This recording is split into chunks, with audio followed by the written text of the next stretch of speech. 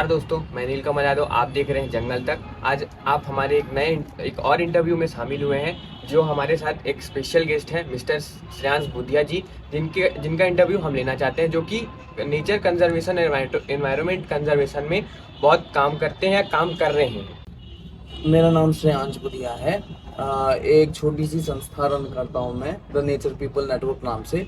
और इसका पूरी संस्था का उद्देश्य ये है कि जो पिछले साल 2022 में, दरअसल 2022 के नवंबर में जो 197 कंट्रीज ने एक प्रण लिया था कि यूएन का कन्वेंशन ऑन बायोलॉजिकल डाइवर्सिटी के 15th का यानी 15th कॉन्फ्रेंस ऑफ पार्टीज के अंदर जो एक प्रण लिया था, एक प्लेज किया था कि भाई अगर ह्यूमैनिटी यानी इंसानियत को आगे अपनी ज़िंदगी जीना है तो हमको अपने अपने भूमि और पानी के 30% हिस्से को संरक्षित करना होगा। इनमें से एक साइनिंग पार्टी हिंदुस्तान भी था। 2 कंट्रीज थे जिन्होंने इसको साइन नहीं किया, एक था अमेरिका, दूसरा था वेटिकन सिटी। वेटिकन क्योंकि वहाँ उनके पास ज़मीन नहीं है, अमेरिका इसलिए क्योंकि उनकी रिपब्लिकन पार्टी के साथ बहुत दिक्कत है। तो खैर जो भी हो, इतने सारे देशों ने प्रण लिया।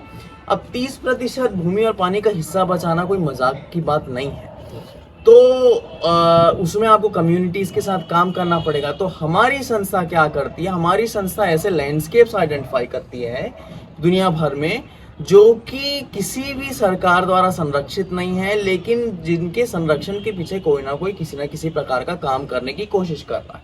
और हमारा काम यही रहता है कि जो भी वो व्यक्ति या संस्था या कम्युनिटी या गांव है जो उस प्रकार के क्षेत्र को संरक्षित करना चाह रहा है, उनको मैक्सिमम टेक्निकल सपोर्ट देना।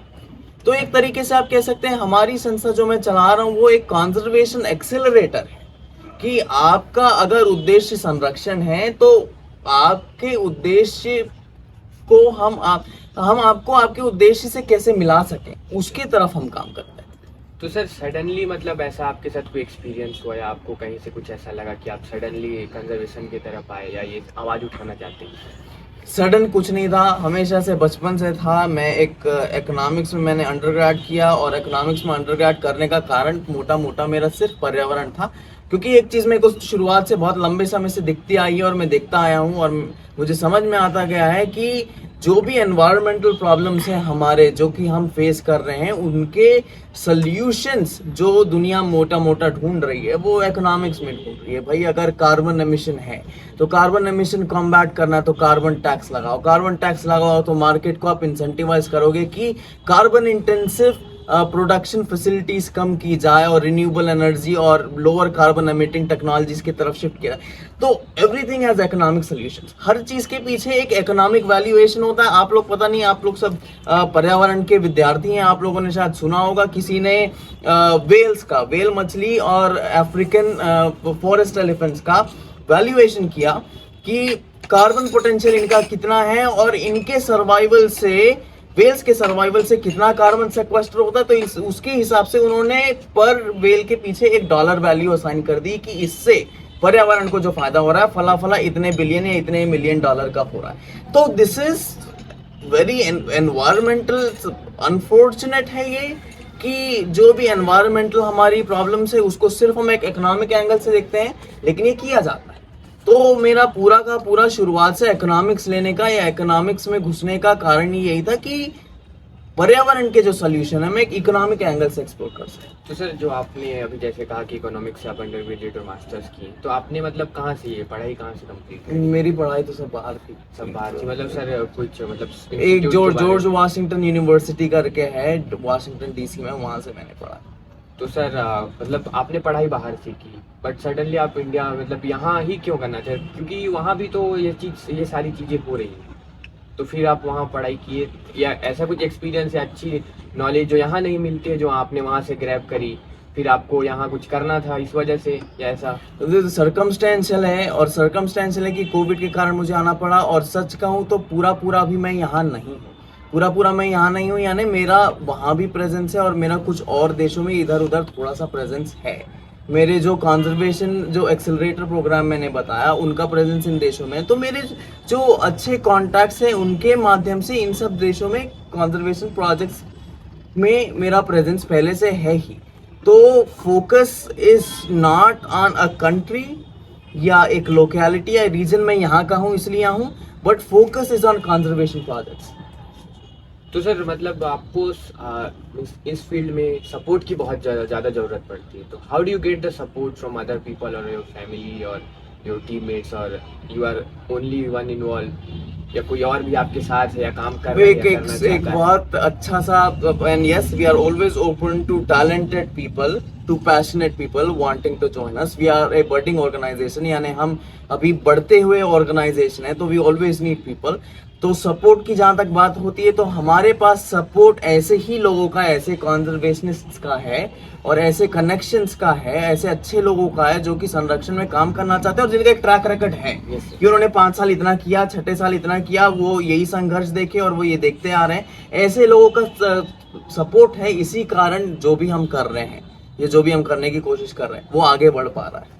और सर एक ये भी है कि आप जो काम कर रहे हैं ये मतलब कोई अकेला करना या अचानक से करना एक कोई आम बात नहीं है, तो आपको इस काम में सर्कमस्टांसेस, डिफिकल्टीज या कुछ प्रॉब्लम्स भी फेस करने पड़ते हो? आप लोग मेरे से अभी बात कर रहे हैं, आप लोग पर्यावरण से संबंधित कई लोगों से बात करते रहे हैं, आप इसके बाद मेरे ख्याल से जायसवाल जी, नेताम जी से बात करेंगे, ये जवाब आपको बार बार सुनने को मिलेगा कि पर्यावरण में चैलेंजेस ही चैलेंजेस होते हैं। हाँ सर। ठीक है, पर्यावरण संरक्षण का की आप बात कर रहे हैं, पर्यावरण में काम करना चाह रहे हैं, यानी आप सोचो नदी के आप विपरीत दिशा में। हाँ सर। ठीक है, आपको एक एक क्योंकि सबसे पहली बात आती है जमीन की। जमीन कहाँ से मिलेगी? जमीन मिल गई, फिर जमीन के पीछे देखो क्या होता है ना, पर्यावरण के जो बेनिफिट्स होते हैं, जो पर्यावरण से हमको फायदे मिलते हैं, वो लॉन्ग टर्म मिलते हैं और वो तब तक रियलाइज नहीं होते कि हमको ये फायदा मिल रहा था जब वो शून्य होना चालू नहीं होता, और शून्य होने में भी लंबा समय लगता है। ठीक है, मतलब फला जगह जंगल है, आप जंगल को 1 साल आधा नष्ट किए, कुछ समझ नहीं आएगा, 2 साल नष्ट किए, कुछ समझ नहीं आएगा, और 10 साल बाद पता चलेगा अरे पानी गायब हो गई, 10 साल बाद पता चलेगा कि मिट्टी उपजाऊ नहीं रही।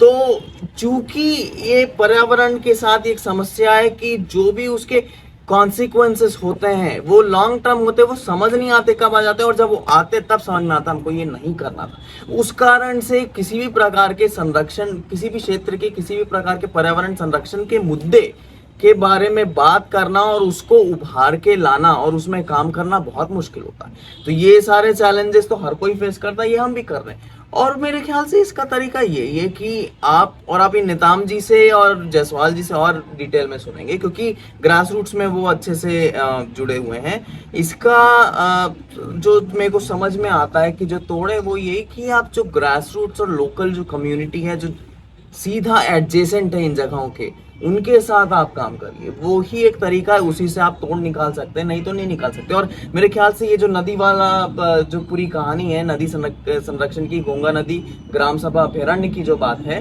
वो भी कहीं ना कहीं इसी में आके जुड़ती है कि भाई चूंकि इनको ये नदी संरक्षण करना था, ग्राम सभा ने आवाज उठाई, ग्रास रूट से सारी बात चालू हुई, ग्रास रूट से बात चालू हुई, और फिर वो जो रेजोल्यूशन पास हुआ है, जो ग्राम सभा प्रस्ताव पास हुआ है, वो फिर वहां जाके पास हुआ। अगर ऊपर से कोई कहता, नीचे में वो इफेक्ट नहीं रहता शायद, जो कि नीचे से आ रहा है। जैसे आपने अभी एक नदी के बारे में बताया, तो उस नदी पे आप क्या काम कर रहे हैं, या किसी एक पर्टिकुलर नदी को ही आपने उसको क्यों चूज किया? उस लोकेलिटी में कुछ ऐसी दिक्कत थी या आपको कुछ ऐसा लगा कि उसको कंजर्व करना चाहिए, या क्यों कंजर्व करना चाहिए? देखो दो तीन बातें हैं।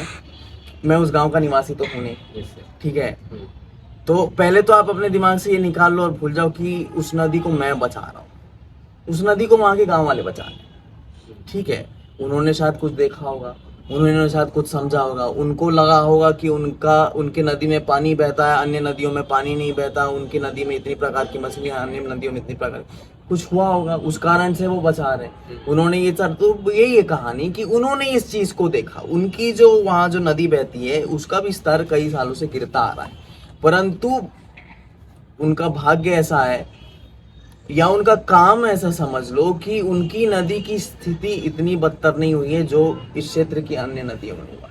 ठीक है, यहाँ पे अन्य तो कई ऐसी नदियां हैं जिनमें साल भर पानी नहीं होता। ठीक है, रेत खनन इतना हो चुका है और इतना ज्यादा अतिक्रमण कई पैमाने में हो चुका है कि क्या नाम से ठंड के आखिरी के महीने में, आखिरी के कुछ महीने में, जनवरी फरवरी मान लो, उसके बाद उनमें पानी नहीं बचता। मछलियों की तादादी की बात करें या मछलियों का जो पॉपुलेशन तादाद जो कहते हैं हम, और डाइवर्सिटी, रीजनल फिश स्पीसीज का डाइवर्सिटी स्पेशली, मतलब जो स्थानीय देसी प्रकार की स्थानीय मछलियां हैं वो खत्म हो गई हैं। तो आप जैसे जायसवाल जी से इस बारे में और बात करेंगे कि ये सब गांव वालों को दिख रहा था और गांव वालों ने ये फैसला किया कि जिस जगह पे अन्य गांव हैं, जिस जगह पे प्रदेश के और देश के अन्य शहर हैं जहां पे पॉइंट ऑफ नो रिटर्न आ चुका है, यानी वो इतना आगे नदी के विनाश में इतना आगे पहुंच चुके कि वहां से वापस नहीं आ सकते, वहां के गांव वालों ने, जो जायसवाल जी उनके गांव वालों ने ये फैसला लिया कि उनको वहां तक जाना ही नहीं। उनकी नदी आज जहां है, उनको उस नदी को आज उस जगह से संरक्षित करना है और वहां से उस दिशा में जाना है जहां से नदी की स्थिति बेहतर हो, बुरी ना हो।